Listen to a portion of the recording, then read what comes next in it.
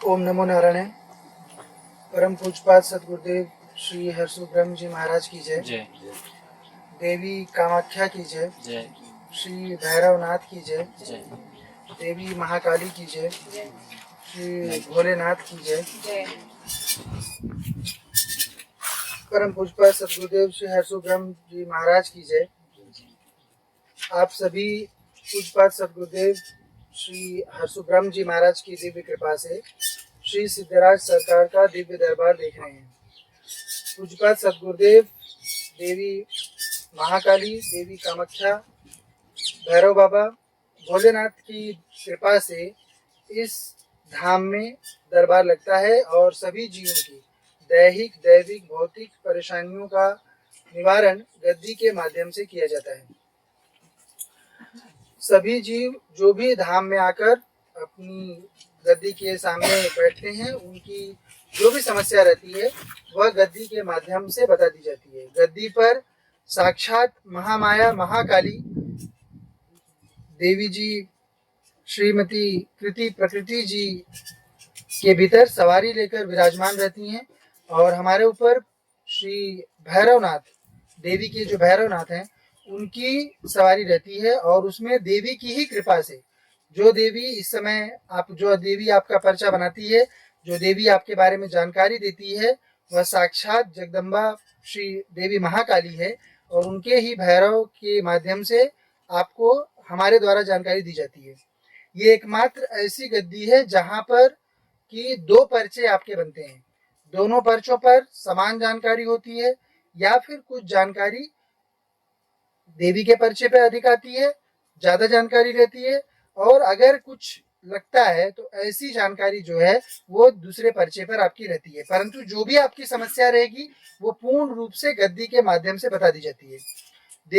देवी स्वयं अपने मुखारविंद से आपकी समस्या को बताती है। उसकी बात को पूरी ध्यान लगाकर सुनना चाहिए और जो भी विधान वो बताती है उस विधान को क्रियान्वयन करना चाहिए। यह नहीं समझना है कि गुरु माता जी के शरीर में बोल रही है तो गुरु माता बोल रही है। गुरु माता या फिर हमें गद्दी चलते समय कोई भी मानवीय प्रकार का होशोहवास नहीं रहता है। जो भी चीज जो देवी महाकाली को बोलनी है वो देवी जी के माध्यम से बोलती हैं। जो भी भैरव बाबा को बोलना है, देवी का जो मैसेज, देवी का ही मैसेज जो बाबा को देना रहता है वही हमारे मुख से निकलता है जब आपका पर्चा चलते रहता है। बीच में यदि कुछ आवश्यकता रहती है तो हम भले बाबा की कृपा हो, देवी की कृपा हो, तो हमें अगर होश आता है तो हमें जो बताते हैं बाबा और देवी वो जानकारी हम मानवीय ढंग से आपको समझाने का प्रयास करते हैं। परंतु यहाँ से जो कुछ भी बोला जाता है वह साक्षात महामाया देवी महाकाली ही आपको बोलती है। कोई अन्य न उसमें मनुष्य है, न अन्य कोई किसी अन्य प्रकार की शक्ति है। तो इसलिए जो कुछ भी आपको बताया जाता है उसे ध्यानपूर्वक सुने और तत्काल जैसे ही आपका पर्चा बन जाता है तुरंत अपनी अर्जी जो है वह धाम में आपको लगा लेनी चाहिए। अर्जी लगाने से आपका मंत्र सक्रिय होता है और उसके बाद सभी भक्तों को जिनका भी पर्चा बना है आपको आकर धाम की पेशी करनी है। यदि आप पेशी नहीं करोगे, केवल घर पे बैठ के मंत्र करोगे, तो आपका कार्य होने में बहुत संदेह रहेगा, बहुत विलंब लगेगा। क्योंकि जब आप यहाँ धाम में आते हो, आप देवी के सामने बैठते हो, देवी के सामने बैठ के जो मंत्र जप आप करते हो उस मंत्र जप का ही अधिक फल आपको प्राप्त हो पाता है। तो इसलिए पेशी करना आपकी जो भी परेशानी थी, जो भी समस्या थी, उसके समाधान का मूल है, उसके समाधान का मूल कारक है। देवी की कृपा प्राप्ति के लिए पूर्ण रूप से धाम की गद्दी में आस्थान्वित रहना चाहिए और खुलकर पहली बात, जब आपका जो भी चीज रहती है, जो भी आपकी परेशानी रहती है, वह देवी पहले से ही पर्चे में लिख देती है। यहाँ पे देवी की कृपा से बाबा लिख देते हैं पर्चे में। तो आपको जो भी चीज है वो आपको बतानी है। जब आपसे पूछा जाता है तो उसे स्वीकार करना पहली बात, यदि समस्या है तो, और वो रहेगी, क्योंकि गद्दी पे आई मतलब आपका ही देवता यहाँ पे बताता है। आपकी जितनी शरणागति देवताओं में रहेगी, देवताओं के प्रति रहेगी, और यदि इस गद्दी के प्रति जितनी आपकी शरणागति रहेगी उसी के अनुसार आपकी जानकारी पर्चे पर आती है। यदि आपकी शरणागति आपके देवता के प्रति अच्छी है तो आपका देवता बहुत सारी जानकारी गद्दी पर देता है। यदि आपकी शरणागति कम है तो फिर आपकी जनरल सामान्य जानकारी गद्दी पर आती है। तो स्वयं की शरणागति पर ही वो डिपेंडेंट है।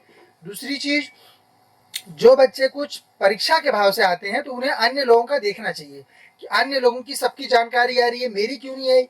तो आपकी इसलिए नहीं है क्योंकि आपका देवता में शरणागति नहीं है, आपके स्वयं के देवता में शरणागति नहीं है, उसके कारण आपकी गद्दी में शरणागति नहीं है। जब शरणागति में आपकी देवता में नहीं रहेगी तो कोई भी देवता आपकी किसी भी परेशानी को बताने के लिए, जताने के लिए या उसका समाधान करने के लिए उत्तरदायी नहीं है, न ही उसकी वह रिस्पॉन्सिबिलिटी है। तो ऐसे में ये नहीं समझना चाहिए कि मेरी जानकारी क्यों नहीं है, आपकी इसलिए नहीं आई। पहली बात, ऐसा नहीं होगा कि नहीं आएगी, परंतु साधारण सामान्य, क्योंकि आप नहीं करने वाले हो विधान, आप जप नहीं करने वाले हो, आप पेशी नहीं करने वाले हो, आप धर्म के किसी काम के नहीं रहने वाले हो, तो ऐसे में देवता आपके प्रति कुछ भी कल्याण की भावना कैसे रखेंगे बेटा। तो इसलिए अपनी मन स्थिति को हमको पूरी तरह से सही करके रखना है और देवी में पूर्ण शरणागति रखनी है। बहुत दोपहर, देवी में पूर्ण शरणागति रखनी है। जो भी देवी महामाया यहाँ से बोल रही है उसको ध्यान देकर सुनना है। और पहली बात, पूरी शरणागति रख के आओ कि हाँ मैं देवी के सामने बैठने जा रहा हूँ। इससे नजदीक देवी देवता के साधारण मनुष्य जीव अपने पूरे जन्म में नहीं आ सकते हैं, कितने भी जन्मों में नहीं आ सकते हैं।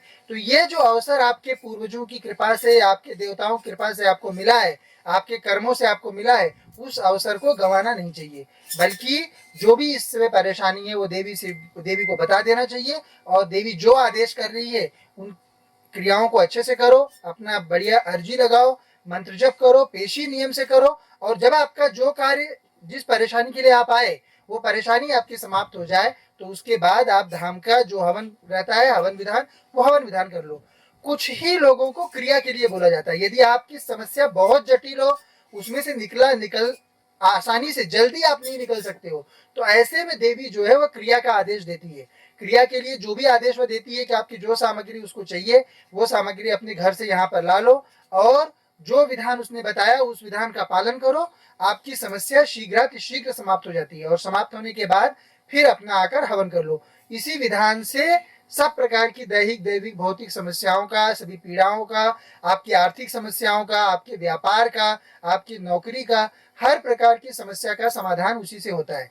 साथ में आपके घर में जो स्त्रियां हो उनका सम्मान अवश्य करो, क्योंकि ये गद्दी जो है ये देवी के अधीन है, देवी शक्ति के अधीन है। और साथ पूरा ब्रह्मांड ही, केवल ये गद्दी ही नहीं, पूरा ब्रह्मांड शक्ति के अधीन होता है। शास्त्रों को आप सुनेंगे, जो शास्त्रज्ञ हैं उनसे आप सुनेंगे तो उसमें यह कहा जाता है कि बिना शक्ति के तो शिव भी शव है। तो पुरुष का कोई अस्तित्व ही बिना शक्ति के नहीं है। जैसा मैंने क्या कहा, जो चीज देवी आदेश करती है भैरव बाबा मेरे माध्यम से मात्र उतना ही बता सकते हैं, क्योंकि भैरव बाबा देवी के सेवक की तरह गद्दी पे हैं और इस पूरे ब्रह्मांड में पुरुष का वही अस्तित्व है।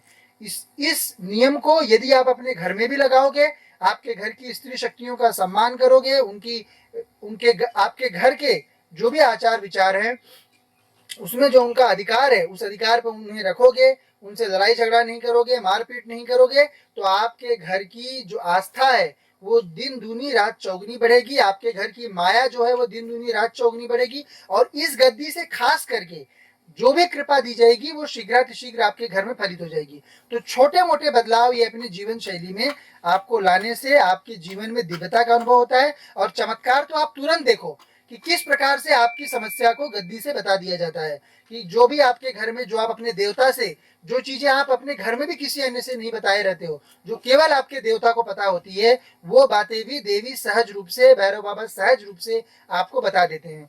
तो उस कृपा को सबसे पहले महसूस करो, फिर विश्वास पूर्ण रखो और पूर्ण विधि विधानों से आप आगे बढ़ो, जिससे कि आपकी समस्त समस्याओं का निदान हो सके। अभी इसके बाद दरबार आरंभ करते हैं। नारायण।